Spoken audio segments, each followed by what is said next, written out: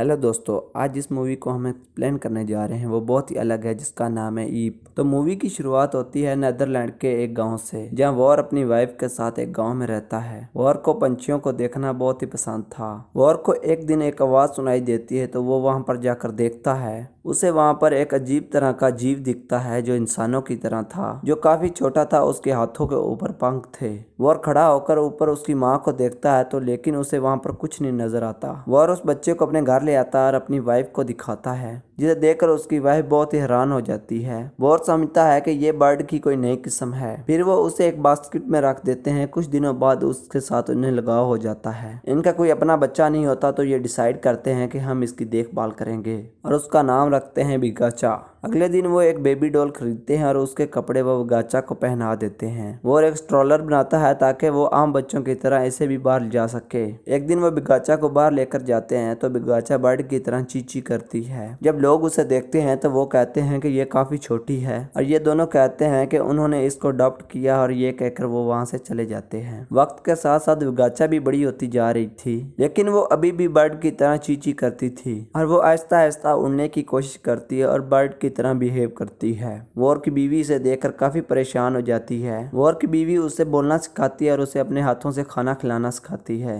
War की बीवी उसे बोलना सिखाती है और उसे खाना खाना सिखाती है। बिगाचा के लिए उन्होंने अलग जगह बना रखी थी। रात को सोते वक्त वो इन दोनों के दरमियान में आकर सो जाती थी। एक दिन उसकी माँ देखती है कि वो जमीन से कीड़े खा रही थी, और उसकी माँ सोचती है कि ये बर्ड के लिए बहुत ही नॉर्मल होते हैं, और वो अगले दिन उसकी प्लेट में कीड़े लेकर आती है, और उसकी माँ उसको पैरों के साथ खाना खाना सिखाती है, क्योंकि हाथों के ऊपर तो पंख थे। और बिगाचा ऐसा कुछ भी नहीं करती, और उसकी माँ उसके ऊपर गुस्सा हो जाती है। फिर बिगाचा की माँ कहती है कि ये अपने आसपास के लोगों को देखकर मैनर सीखेगी। अगले दिन वो बिगाचा को एक रेस्टोरेंट में ले जाती है। वहाँ पर बिगाचा कुछ पंछियों को देखती है जो अपने पंखों को फड़फड़ा रहे थे। बिगाचा भी अपने पंखों को फड़फड़ाना चाहती थी। बिगाचा ऐसा नहीं कर पाती, तो उसकी माँ लोगों के डर की वजह से उसे वॉशरूम में ले जाती है और उसे कहती है कि तुम अपने पर यहाँ पर फड़फड़ाओ। काफी देर बिगाचा की माँ बाहर खड़ी रहती है, तो बिगाचा बाहर नहीं आती। बिगाचा की माँ अंदर जाकर देखती है तो वो विंडो के जरिए उड़कर बाहर चली गई थी, और वो घर आकर वॉर को बताती है, तो वो दोनों उसको ढूंढने चले जाते हैं। ऊपर आसमान में बिगाचा पंछियों के साथ उड़ रही थी, और ये उसके लाइफ का सबसे बेस्ट टाइम था।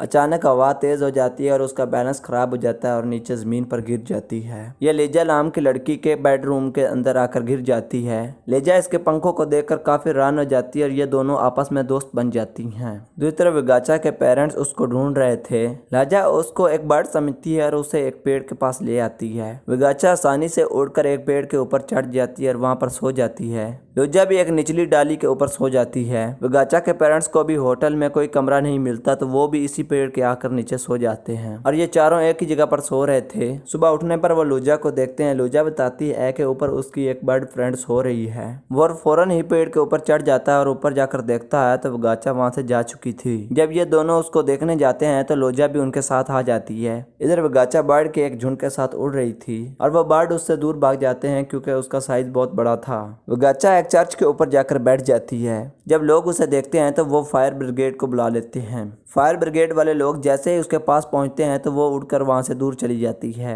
नीचे से लोगों को लगता है कि उस लड़की को कोई ईगल उठा कर ले गया।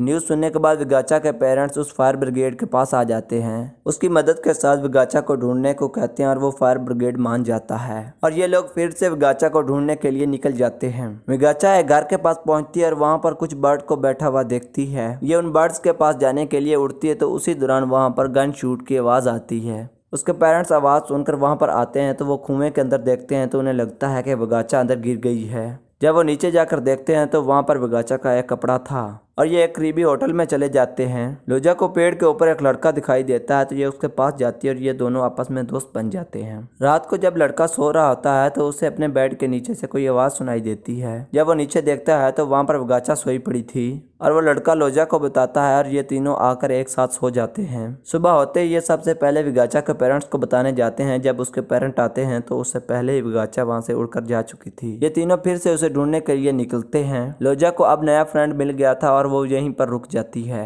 और काफी देर चलने के बाद फायरमैन थक जाता है और एक जगह पर बैठ जाता है, और उसके पेरेंट्स आगे निकल जाते हैं। रात को फायर ब्रिगेड के आदमी को बिगाचा एक पेड़ के अंदर फंसी हुई दिखाई देती है। वो उसको नीचे उतारता है और उसके पंख के साथ एक रस्सी बांध देता है। फिर बिगाचा उड़ने की कोशिश करती है और वो उड़ने में बिल्कुल कामयाब हो जाती है। सुबह फायर ब्रिगेड उसके पेरेंट्स को बताता है कि वो बिल्कुल ठीक है और वो बिल्कुल सही उड़ सकती है, और फिर वो भी वहाँ से चला जाता है। फिर वो एक बीच के ऊपर पहुंचते हैं और वहाँ पर वो विगाचा को उड़ते हुए देखते हैं। वहाँ पर इन्हें फील होता है कि विगाचा बड़ी हो चुकी है और वो वहाँ से जाने लगते हैं, लेकिन बस में चढ़ने से पहले उन्हें विगाचा की आवाज सुनाई देती है। वह फौरन ही भागता हुआ बीच की तरफ जाता है और डूबती हुई विगाचा को बचा लेता है। फिर वो उसे घर ले आते हैं और उसे घर लाने की खुशी में वो एक सेलिब्रेट करते हैं। अगली सुबह जब वो उठते हैं तो वो महसूस करते हैं कि विगाचा फिर से बाहर उड़ने के लिए कोशिश कर रही थी। फिर इन्हें बहुत ही बुरा महसूस होता है कि ये अपनी बेटी की आज़ादी को रोक रहे हैं। फिर वो उसे फाइनली किस देकर हवा में उड़ा देते हैं। अब विगाचा आज़ाद हो चुकी है और इसी सीन के साथ ये मूवी भी एंड हो जाती है।